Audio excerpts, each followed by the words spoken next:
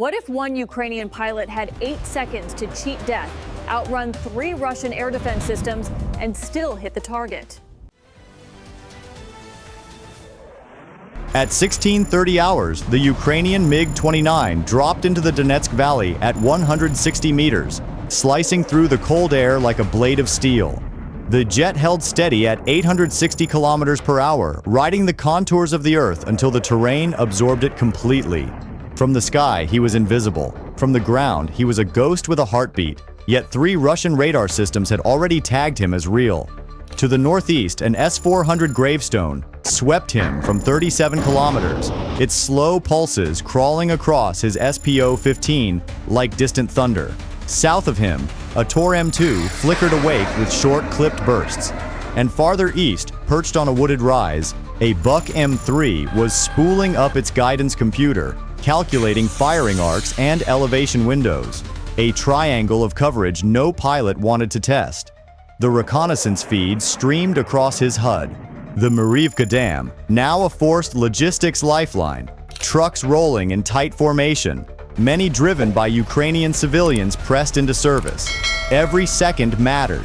Every delay meant risking lives. Then the valley attacked back. The first strike came from a hidden ridge. Zu-23 anti-aircraft guns erupted without warning, spewing arcs of orange tracers that clawed toward the MiG. The pilot snapped left, dropping to 155 meters, the flash of gunfire reflecting off the canopy. He barely recovered before the second attack arrived. On the valley's western slope, a Russian Manpads team sprang from camouflage, firing a heat-seeking missile that streaked upward in a white-hot spiral.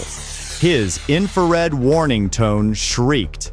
He punched out 2 flares, each burning at 1,200 degrees Celsius, and banked sharply right as the missile veered toward the decoys and detonated in a bloom of white smoke behind him.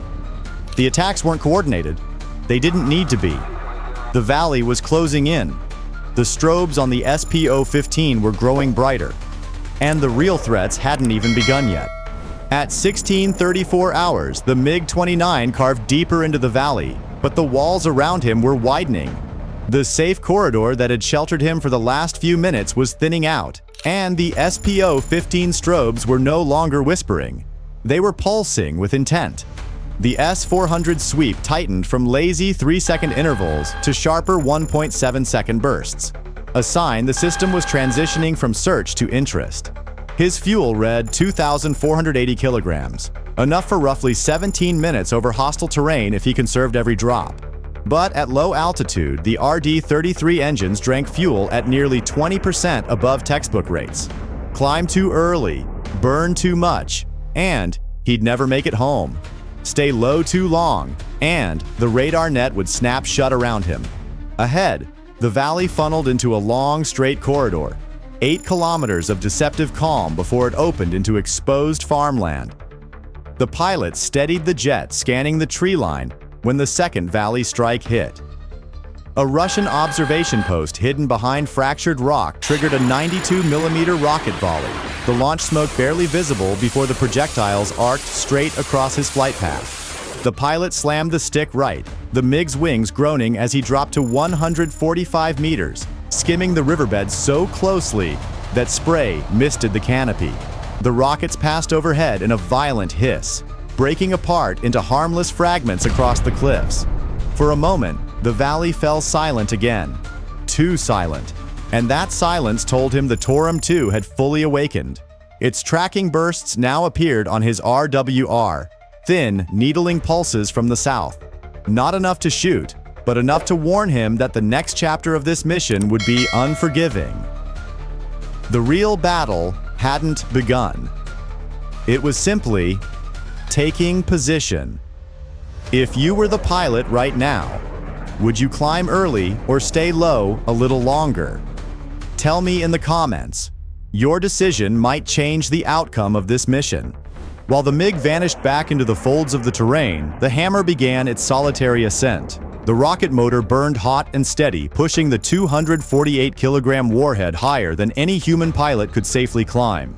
At 8,150 meters, the engine cut off, leaving the weapon in a moment of eerie silence, weightless, suspended above the battlefield. Then gravity took over. The infrared seeker activated at -40 degrees Celsius, its detector array scanning the landscape below in tight thermal bands. The Myrovka Dam glowed unmistakably. 8 hours of sunlight had warmed the concrete to 34 to 36 degrees Celsius, while the river beneath lingered at 15 degrees Celsius. The contrast was so sharp that the dam looked like a white scar slicing across a dark blue vein.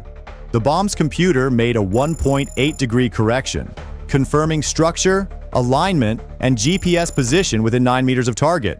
As the hammer tipped into full dive, velocity surged. 315 meters per second, then 330, then 346 meters per second. The fins adjusted in increments no larger than 2 millimeters, each correction shifting the impact point by meters over distance. Beneath it, the Buck M3 missile screamed upward, misled by the hammer's infrared bloom. It closed fast but overshot by 70 meters, its proximity fuse detonating harmlessly in open air. Nothing else stood between the hammer and the dam. Impact came at 346 meters per second, transferring kinetic force comparable to a 1.6-ton vehicle hitting a wall at over 3,000 kilometers per hour. The smart fuse sensed concrete microstructure and detonated its 89-kilogram charge inside the upper layer. The shockwave expanded at 4,900 meters per second, turning the inner matrix of the dam into white dust before the external face even registered the failure. A ruptured seam appeared, then widened with terrifying speed. 58 meters torn open in under a minute.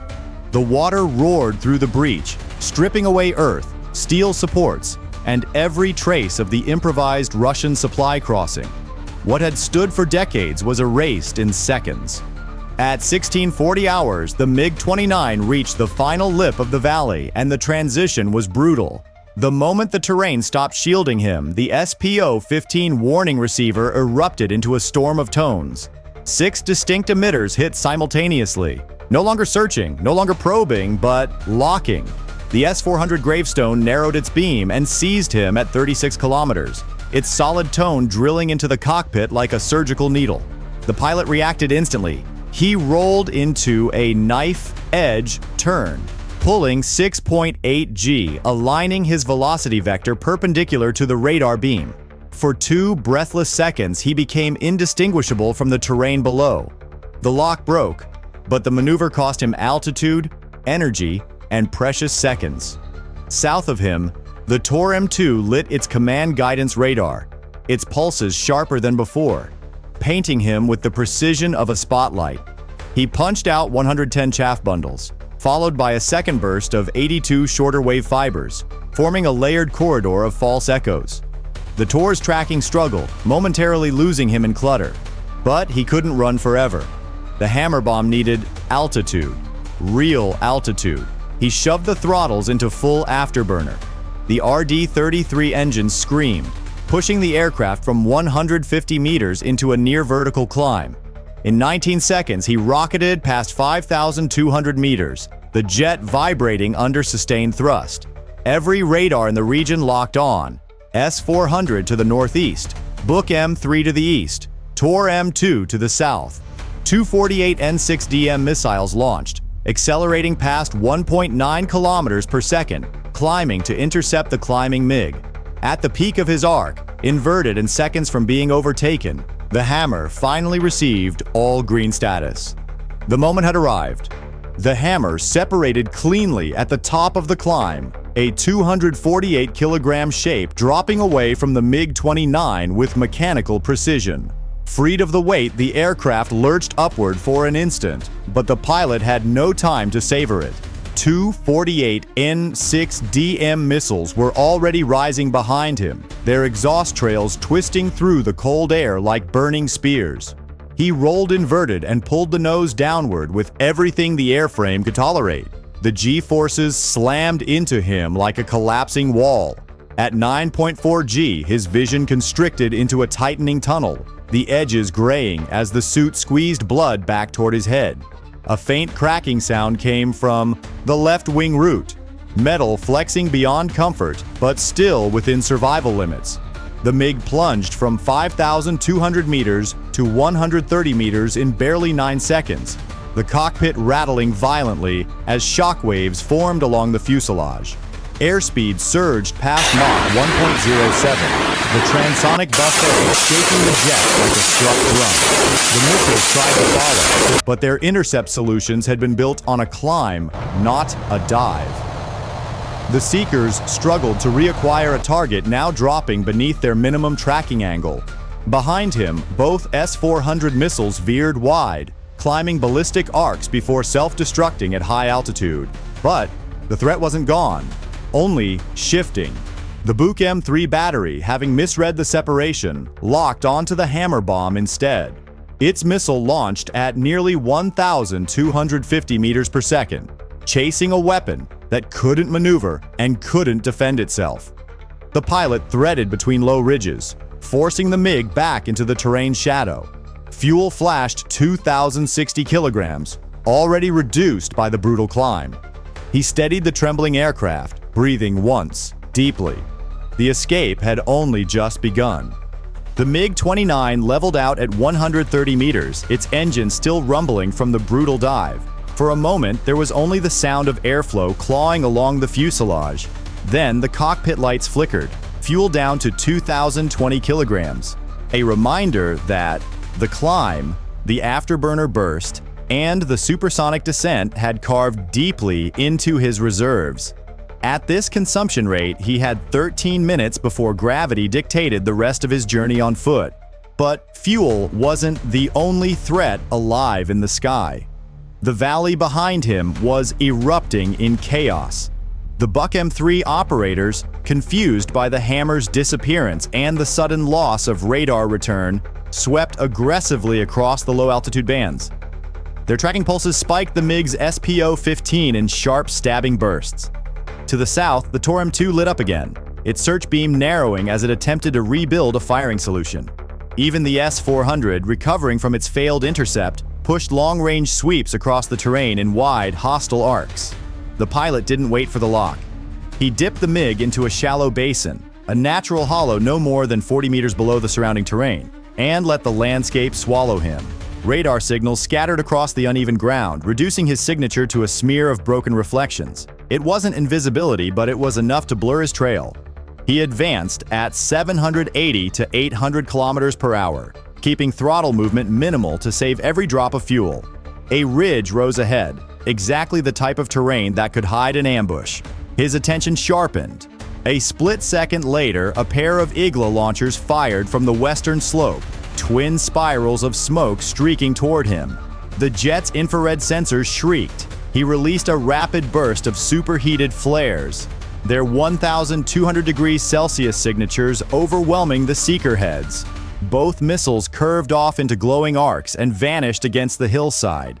Seconds later, the drone operator monitoring the strike confirmed what the pilot could not see. The Mrivka Dam was gone. A 58-meter breach had turned the crossing into a churning torrent, wiping out every Russian supply truck on the span. But survival remained his only task. At 16:46 hours, the MiG crossed into friendly airspace with just 310 kilograms of fuel, barely enough for a single circuit. The jet touched down hard but intact, its engines coughing as if relieved. Behind him, the valley closed, the radars dimmed, and the battlefield faded to silence. The mission was complete. The roar of the MiG-29 faded as its wheels cooled on the runway, but the consequences of the strike echoed far beyond the airfield. The Mrivka Dam, once a fortified artery of Russian logistics, had collapsed in less than a minute, tearing open a supply gap that no convoy or command center could ignore. One pilot, one aircraft, and one precisely delivered weapon had reshaped the battlefield far more than a full brigade ever could. Yet behind every maneuver, every flare, every desperate climb and dive was a simple truth. Survival in modern air combat is not guaranteed, only earned. And tonight, the pilot earned it second by second. If you were in his place, facing radar locks, missile launches, and disappearing fuel, would you have made the same decisions? Tell me your answer below. And don't forget to like, share, and subscribe for the next mission.